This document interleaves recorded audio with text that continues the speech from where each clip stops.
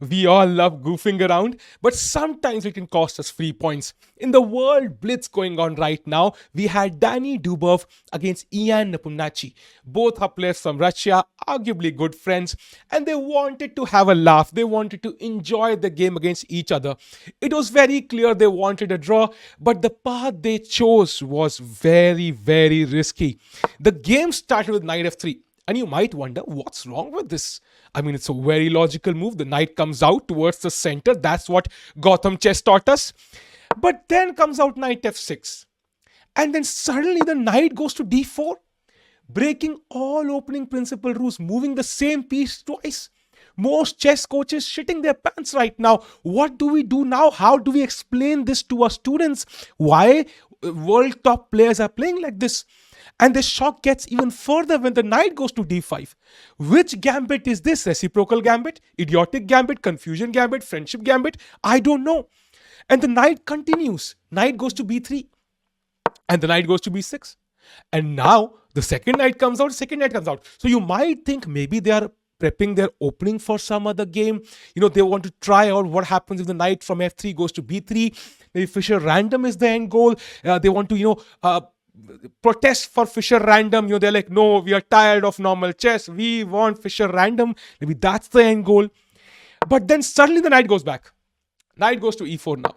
And knight e5, knight g5. And suddenly black goes, hey, don't take my pawn, buddy. Hey, I'm following you. You follow my path. And knight goes to g4. And knight f3 and knight f6. And this incredible, journey they've gone to during the end of the year. They couldn't travel during the end of the year because they had to play this tournament. So they thought, why not travel over the board? And then suddenly knight goes back. The knight goes back. And now knight goes to c5, knight c4, knight a4, knight a5, knight c3, knight c6. What the hell is happening? The knight drops back and knight drops back. This game, well, how many moves do you think it lasted? If I showed you this position, you would say this is the starting of the game. But it's been 12 moves. You and I would have lost in these number of moves against these players.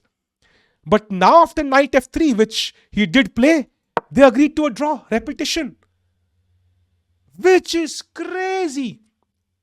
It's kind of a weird scenario between goofing around and messing with the sanctity of the game, and it's a very, very thin line. It's a risky line when it happens in a tournament like the World Blitz, and for that reason both these players who had drawn their game in round number 11, it was a draw, it now went on to 0-0. Apparently FIDE has decided to punish the players and the results are now set to 0-0. That is incredibly rare. So two people came with, half a apple each. And when they left with 0. Somebody ate that. We don't know who it is.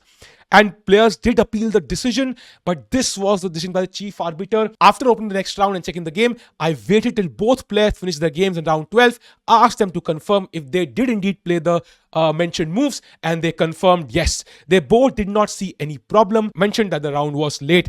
So this means both Nepo as well as Dubov lose half a point for basically just goofing around. They could have gone for any other normal draw. The Berlin draw, dash draw, this draw, this draw. These are players who have memorized 2,900 different repetitions, but they took a risk and now they'll end up paying with half a point each.